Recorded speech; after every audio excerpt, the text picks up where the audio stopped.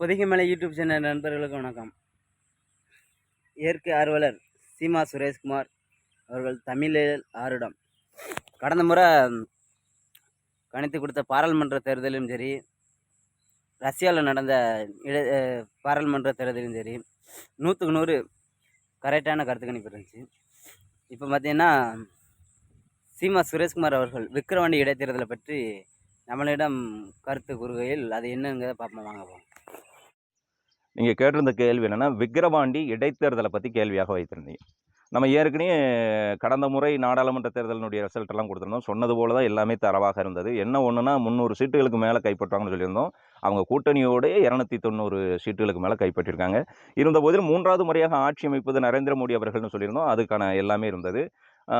திரு ராகுல் காந்தி அவர்களுக்கு இப்பொழுதுக்கு எதிர்கால அரசியலுங்கிறது பிரதமர் ஆகிறதுக்கான வாய்ப்புன்னு சொல்லியிருந்தோம். அது நடந்து முடிந்தது. அதே மாதிரி 5 மாநில சட்டமன்ற தேர்தலை கணிச்சு சொல்லியிருந்தோம். ரஷ்யாவில் நடந்த எலெக்ஷனில் வந்து நம்ம தேர்தலை கணிச்சு சொல்லியிருந்தோம். 2024 என்னெல்லாம் நடக்க போகுதுங்கிறது வரைக்கும் சொல்லியிருந்தோம். இந்த இடைத்தேர்தலை பொறுத்தவரை நீங்கள் கேள்வியாக வைத்திருப்பது விக்கிரவாண்டி இடைத்தேர்தலை பற்றி கேள்வி. இந்த இடைத்தேர்தலை பொறுத்தவரை திமுக வேட்பாளர் நல்ல தனி மெஜாரிட்டியோட வெற்றி வருவார்.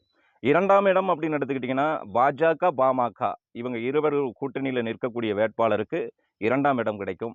3ஆம் இடம் அதை யார் ஆக்கிரமிப்பார்கள் என்று பார்க்கும் பொழுது நாம் தமிழர் கட்சியினுடைய வேட்பாளராக நிற்கக்கூடிய அருமை தங்கை அவங்களுக்கு 3ஆம் இடம் கிடைக்கும். இதுதான் நடக்கக்கூடியதாக இருக்கும். அதே மாதிரி கேட்டிங்கன்னா இந்த அதிமுக தேமுதிக தேர்தல் புறக்கணிப்பு, ஏன்னா வந்து என்னென்னு கேட்டிங்கன்னா விழுப்புரம் அந்த ஏரியாவில் பொறுத்தவரை அந்த மாவட்ட அளவில் பார்த்திங்கன்னா விஜயகாந்த் ரசிகர் மன்றம், நற்பணி மன்றம் அதிக அளவில் உண்டு. அது குறிப்பாக விக்கிரவாண்டி அந்த மாதிரி பகுதிகளில் பார்த்திங்கன்னா விஜயகாந்தனுக்கு ஒரு தனி மவுஸ் உண்டு.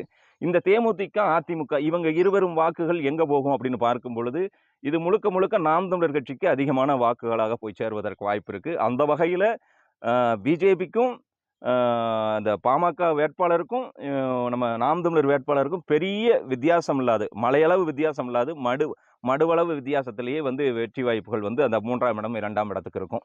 அந்த மாதிரி சூழல் தான் ஏற்படும். விக்கிரவாண்டியை பொறுத்தவரை திமுக மீண்டும் ஒரு சட்டமன்ற தேர்தல், அதாவது ஒரு சட்டமன்ற உறுப்பினரை தேர்ந்தெடுத்துக் கொள்வாங்க. இதுதான் நடக்க போகுது. மகிழ்ச்சி, வாழ்க வளமுடன், சுகமே சொல்க, நல்லது.